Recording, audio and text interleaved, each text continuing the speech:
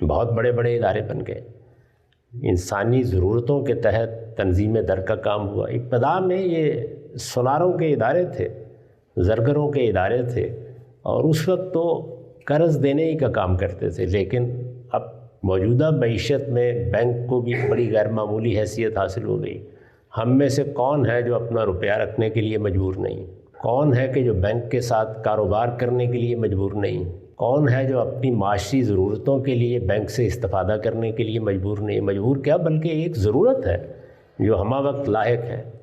تو اس صورتحال میں جب کوئی بینک میں روپیہ رکھتا ہے تو دوسری مصیبت آ جاتی ہے، جس کی طرف آپ نے اشارہ کیا۔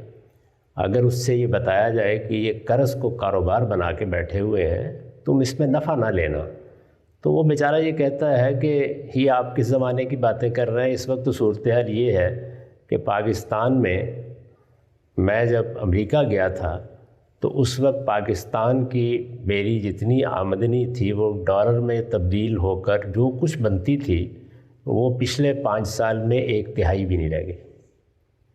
تو اب میں کیا کروں؟ میرے پیسے بینک کے پاس پڑے ہوئے ہیں۔ تو اس وجہ سے بہت سے علماء نے، میں نے بھی اس میں اپنا حصہ ڈالا، لیکن عرب کے بہت سے علماء نے، ہمارے ملک میں بھی بہت سے علماء نے بر صغیر میں یہ کہا کہ یہ ایک نئی صورت ہے، اس درجے کی انفلیشن اور افراط زر کبھی ہوا نہیں تھا دنیا کی تاریخ میں۔ ہم پرانی تاریخ پڑھتے ہیں تو بعض اوقات 3 صدی قیمتیں ایک ہی رہتی، لیکن اب ایسا نہیں ہے۔ تو اس لیے روپے کی یا جو بھی آپ کی کرنسی ہے اس کی حقیقی قیمت آپ کو لینے کا حق ہے، یعنی آپ انفلیشن کو یا افراط زر کو ایڈجسٹ کر سکتے ہیں۔ یہ ظاہر ہے کہ نئی صورتحال کے پیش آنے کے بعد حالات کا جائزہ لے کے بتایا گیا کہ یہاں تو قرض پر کچھ لینا ایک طرف رہا، آدمی خود اپنا نقصان بہت زیادہ کر لیتا ہے۔ تو میرے نزدیک یہ دوسرے سوال کا جواب یہ ہے کہ بالکل جائز ہے، آپ انفلیشن کو دیانتداری کے ساتھ ایڈجسٹ کر سکتے ہیں، اندازہ کر لیں۔ اندازہ کرنے کے جتنے بھی سائنسی طریقے ہیں وہ ہر آدمی کو معلوم ہے، یعنی اس میں کموڈیٹیز سے بھی متعلق کر لیتے ہیں، بڑی کرنسی جیسے ڈالر وغیرہ اس سے متعلق کر لیتے ہیں، اور عام طور پر ایک باسکٹ سی بنا لی جاتی ہے اشیاء صرف کی، اس سے بھی اندازہ کر لیتے ہیں۔ تو جو بھی طریقہ ہو اس میں آپ طے کر لیں اور اتنا آپ ایڈجسٹ کر سکتے ہیں، اس میں اللہ تعالیٰ معاف فرمائیں گے، اور بظاہر لگتا ہے کہ کوئی اس میں گناہ کی چیز بھی نہیں ہے۔ بہت سے اہل علم نے اس کو قبول کر لیا، میں یہ نہیں عرض کر رہا کہ سب نے کر لیا ہے، لیکن بہت بڑی تعداد نے اس کو قبول کر لیا۔ اس کے بعد ایک تیسری چیز جو آپ نے فرمائی ہے کہ کوئی بیوہ ہے، کوئی مجبور ہے، جس کے پاس کوئی کام کرنے گنجائش ہی نہیں ہے۔ بہت سے لوگ ہیں ریٹائر ہوتے ہیں بیچارے، کو 2 4 5 لاکھ 10 لاکھ 20 لاکھ روپیہ ہے، کسی کو دے بیٹھتے ہیں تو ملتا ہی کچھ نہیں۔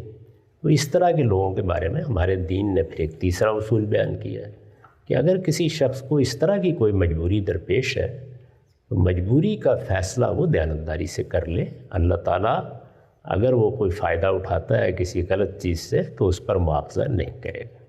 یہ تو لوگوں کے لحاظ سے تینوں چیزوں کے بارے میں نے اپنی تحقیق بیان کر دی۔ اس سے اوپر اٹھ کر جو موجودہ نظم ہے، کیا ہم اس کو اس سے پاک کر سکتے ہیں؟ تو میرے نزدیک بالکل ممکن ہے، اس میں کوئی مسئلہ ہی نہیں ہے، لیکن لوگ لفظوں میں پھنسے ہوئے ہیں، ان کو اس سے نکالنا بہت مشکل ہے۔ ہمارے علماء پرانی فقہ کے الفاظ میں پھنسے ہوئے ہیں، اور بینکار نئی فقہ کے جنجال میں پھنسے ہوئے ہیں۔ وہ اگر غور کر کے سننے کے لیے تیار ہو جائے تو بینکاری نظام کو سود کی علائش سے پاک کرنے کے لیے صرف 2 گھنٹے چاہیے، لیکن صحیح بات کو سننے کے لیے 1 صدی۔ یہ ہے مسئلہ۔ شکریہ۔ باقی اسی شکر اگر دوسرا نقطہ دیکھا جائے، بینک آپ سے جو پیسہ لیتا ہے، جس سے آپ کو انٹرسٹ دیتا ہے، وہ آگے لوگوں کو سود پہ پیسہ دیتا ہے، اور وہاں پہ اس سود کی وصولی کے جو طریقہ کار انہوں نے رکھا ہے وہ اس بندے نے جس میں بینک سے پیسہ ملا خاصی مشکلات پیدا کر دیتا ہے۔ یہ اسی طرح ایک چیز ہے جو شیکسپیئر کا وہ ہے پاؤنڈ آف فلیش۔ اگر اس وقت نظر کو سامنے رکھا جائے کہ بینک آپ کو جو پیسہ دے رہا ہے اور سے اس نے سود ورسس کے لیے مشکلات پیدا کر کے یا تو آپ کو آگے سے تو اس کو کس طرح سے دیکھا جائے؟ ایسے ہی جیسے میں نے ابھی دیکھا ہے، ایک ہی طرح دیکھا جاتا ہے چیزوں کو. یعنی یہ بتا دیا میں نے کہ جو غلطی ہے اس کی اصلاح کے لیے لوگ تیار ہو جائیں تو اصلاح ہو جائے گی. کتنے کاروبار ہیں جن کا تجزیہ کر کے میں بتا سکتا ہوں آپ کو کہ وہ استحصال کر رہے ہیں. کتنے بازار میں بیٹھے ہوئے لوگ ہیں جو اپنی چیزوں کے نفع میں حدود سے تجاوز کرتے ہیں.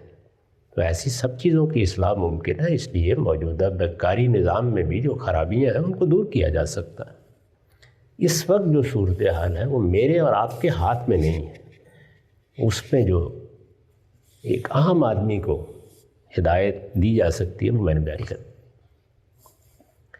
اور آخر میں عرض کر دیا ہے کہ وہ سننے کے لیے تیار ہو جائے نا. دونوں سننے کے لیے تیار نہیں. کیونکہ آپ پاکستان IMF سے لون لیتا ہے، انٹرسٹ دیتا ہے، ٹھیک ہے، وہ ملک کے لوگوں کے اوپر خرچ کرنے کے لیے. ان کے اوپر خرچ کرتے ہیں تو سارے لوگ حرام کا پیسہ کھا رہے ہیں. یا سعودی عرب جو ہے پاکستان کو لون دیتا ہے، اس کے اوپر انٹرسٹ چارج کرتے ہیں. سو ہاؤ ڈو یو سی دس؟ جی میں نے تو پوری بات عرض کر دی ہے کہ اس وقت موجودہ نظام، معیشت کا پورا نظام اصل میں اسی پر چل رہا ہے. یعنی ایک ایسی چیز جس سے اسلام نے روکا تھا وہ کاروبار بنا لی گئی ہے، عالمی سطح پر کاروبار بنا لی گئی ہے. تو لوگوں کو ایجوکیٹ کرنا ہوگا پہلے.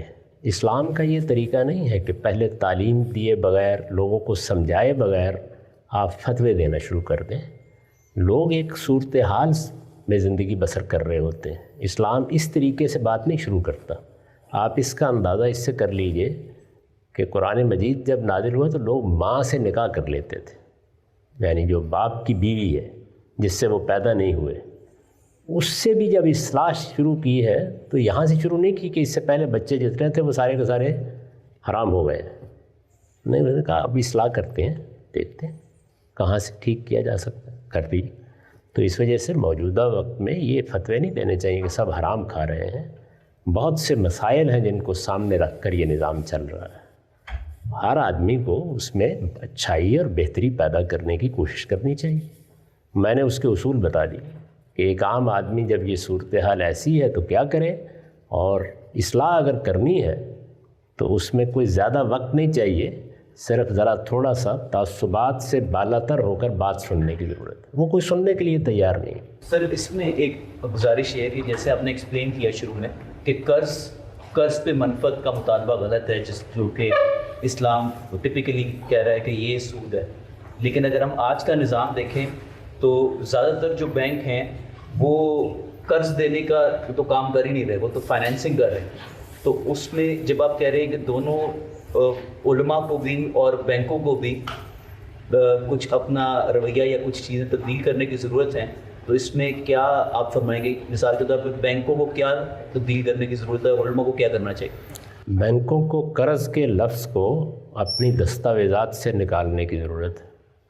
اس میں زیادہ سے زیادہ یہ ہوگا کہ جو نئے کاغذ چھپوانے پڑیں گے ان پہ کچھ خرچ آ جائے گا. اس لیے کہ بینک حقیقت میں درست فرمایا آپ نے کہ اس وقت قرض نہیں دے رہے، وہ یا فائنانسنگ کر رہے ہیں یا ہائر پرچیز کر رہے ہیں.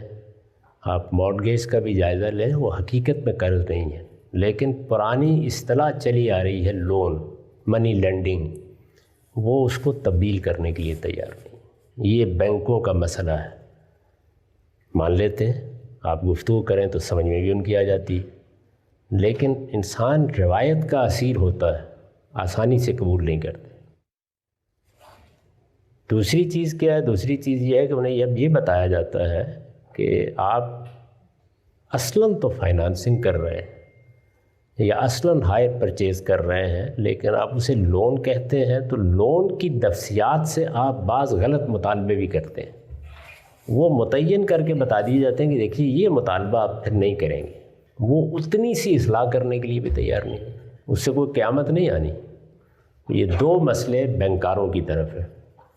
ہمارا جو پرانا علم ہے، ہمارے فقہا ہیں، ہمارے علماء ہیں، انہوں نے ایک زمانے میں کاروبار کرنے کے کچھ قاعدے اصول بنائے تھے. آج سے کوئی 1000 سال پہلے، 700 سال پہلے، اس کو فقہ کہا جاتا ہے.